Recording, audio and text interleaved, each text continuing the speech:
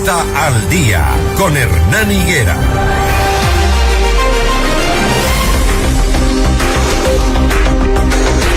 Las 6 de la mañana, 28 minutos, ya estamos de vuelta junto a ustedes, amables oyentes. Les hemos pedido esta semana que nos cuenten si conocen de otro caso de violencia que se estén generando, otros casos que se estén generando en los establecimientos educativos, porque es importante visibilizarlos.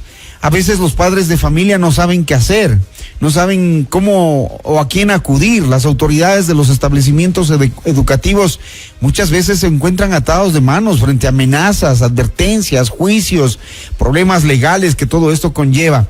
La violencia escolar en los planteles, sobre todo en Quito, es preocupante. También en el resto de provincias hemos visto casos en Imbabura, en Carchi, en Bolívar, en Cotopaxi, por lo que ya es necesario tomar acciones, sobre todo para temas de prevención. La violencia escolar dentro de los establecimientos educativos ya es un tema que se debe adoptar con prioridad.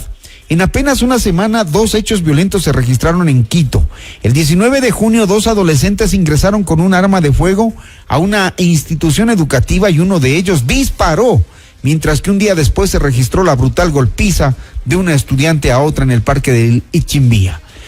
Bernarda Ordóñez, exsecretaria de Derechos Humanos, está con nosotros. Bernarda Ordóñez tiene conocimiento de estos temas y por ello nos permitimos invitarla para que nos ayude a analizar esta problemática de cómo combatir la violencia estudiantil. Bernarda, muy buenos días, bienvenida. Muy buenos días, Hernán, un saludo a toda la audiencia de FM Mundo.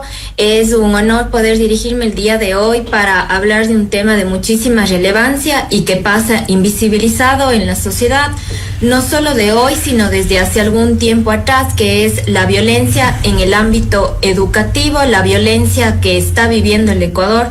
Sin duda alguna es un reflejo que también se está materializando en niños, niñas y adolescentes.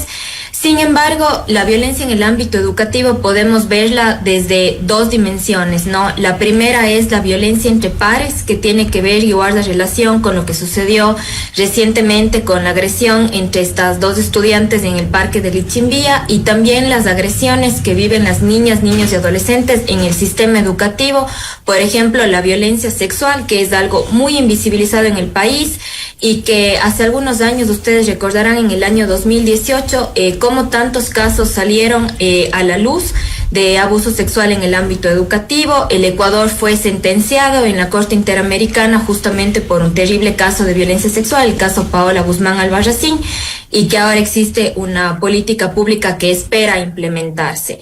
Y otro es la violencia que ya guarda relación también con estas manifestaciones de el crimen organizado, estas manifestaciones que han afectado a los centros educativos. Vemos que justo en la región costera varios centros educativos han tenido que cerrar sus puertas y trasladarse a la virtualidad justamente por los peligros. Entonces, todo el entorno de violencia que vive el país también la reflejan los niños, las niñas y los adolescentes.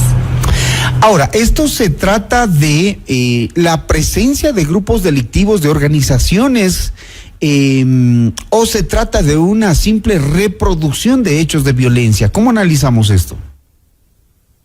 En doble dimensión, Hernán, porque dentro del árbol de problemas que tenemos dentro del país, múltiples son los factores que están afectando de manera directa a las niñas, a los niños y adolescentes. Uno de ellos, por ejemplo, son las condiciones emocionales que están viviendo este grupo de población, ¿no es cierto? Por ejemplo, la salud mental. El Ecuador es uno de los países que tiene la tasa de suicidio infantil más alta de la región, seguido del suicidio adolescente. Es un país que tiene altos índices de consumo de sustancias ilícitas sujetas a fiscalización. Es un país en donde la salud mental está completamente invisibilizada. Es un país también atravesado por la migración, por hogares con violencia intrafamiliar. Entonces, estos son factores que contribuyen a que las niñas, niños y adolescentes reproduzcan la violencia. Todo esto en un marco en donde el crimen organizado también ha permeado. Por ejemplo, datos del UNICEF nos decían cómo han incrementado las muertes violentas de niños y adolescentes, productos o ligados al crimen organizado, al ser este grupo poblacional víctimas indirectas. Si es que la memoria no me falla, estábamos hablando de cerca de un aumento del 400% en esta nota de UNICEF de inicios del año, que son cifras sumamente preocupantes. Coloquialmente se dice que las niñas, los niños y los adolescentes son una esponja que absorben todo lo que ven a su alrededor y lo replican, y eso es lo que está pasando en un país. No podría ser de menos que con todos los niveles de violencia que estamos viviendo no se estén replicando estas situaciones a nivel de escuelas, a nivel de entornos educativos, y lo preocupante de esto es que las herramientas que se tiene como padres de familia, comunidades educativas, son limitadas, porque realmente existe una desarticulación de la política pública y es de todo el Estado, no es solamente de un sector o de una función del Estado, es toda la sociedad en su conjunto. Se dice siempre que las autoridades del Ministerio de Educación, así como los padres de familia y los profesores, son los llamados a actuar frente a hechos violentos que se registran dentro de los establecimientos educativos. Pero, ¿la normativa que existe ayuda? Bueno, el Ecuador es un país que a nivel normativo es pionero, ¿no es cierto? Ha ratificado los principales instrumentos internacionales de derechos humanos. El propio Ministerio de Educación tiene un programa interesante, que es el programa de comunidades educativas seguras y protectoras, en donde se le ve a la comunidad educativa y a la familia como dos caras de una misma moneda para garantizar justamente el bienestar de niñas, niños y adolescentes. ¿Cuáles son las brechas o los desafíos o los nudos de botella? Es justamente en la aplicación. Normativamente, ¿qué nos dice? Que cuando se da un incidente de violencia se activan protocolos, más o menos 90 días debería estar resuelto dependiendo de la situación. Hay veces que se activa la Junta Cantonal de Protección de Derechos. Pero lo que quiero decir es que la integralidad de los servicios, la respuesta del Estado, la respuesta de la familia no logra articularse, ¿sí? Y es por eso que vemos situaciones en donde se replica la violencia y sobre todo no hay este acompañamiento posterior al hecho de violencia, ¿sí? Porque tenemos rutas, tenemos protocolos para denunciar la violencia, nos falta muchísimo en prevención de la violencia, pero sobre todo este acompañamiento integral. Vivir una situación de violencia en sus diferentes grados deja huellas profundas en la vida de las niñas, de los niños y los adolescentes. Claro, no son simples, digamos, anécdotas, ¿no? Son cuestiones que marcan la vida. Y más cuando las decisiones a veces en los establecimientos educativos no son las adecuadas, porque hay papacitos que ejercen su poder, su influencia, y a veces la víctima queda, digamos, mal parada frente a las decisiones o a las sanciones, ¿no? Los agresores muchas veces se imponen y los profesores pues se dejan influenciar por ciertas actividades o poder que pueden tener los padres, y la víctima termina saliendo del colegio o teniendo que mudarse de ciudad a otro colegio por su seguridad. Eso pasa, ¿no?, en los establecimientos educativos. Creo que una muestra de cómo se ve este ciclo de violencia, impunidad, falta de activación de protocolos, lo trajo muy bien la Defensoría del Pueblo en un informe de aproximadamente el año 2023, en el que analizaba cómo estaba la violencia en el ámbito educativo y específicamente la violencia sexual. Entonces aquí analizaba un periodo de tiempo bastante interesante, 2018-2023, y la mayoría de casos quedaban en impunidad, no llegaban ni al 3% a pasar a una siguiente etapa de juicio, ¿no? Y estamos hablando de la violencia sexual, que es una de las que más afecta y deja huellas de forma casi que permanente en la vida de las niñas, niños y adolescentes. Ahora, también en mi experiencia y en mi práctica, no solo como abogada en libre ejercicio, sino también por haber ejercido justamente la función pública desde diferentes estamentos del Estado, puedo ver que el principal problema es que no sabemos reaccionar ante las crisis, ¿sí?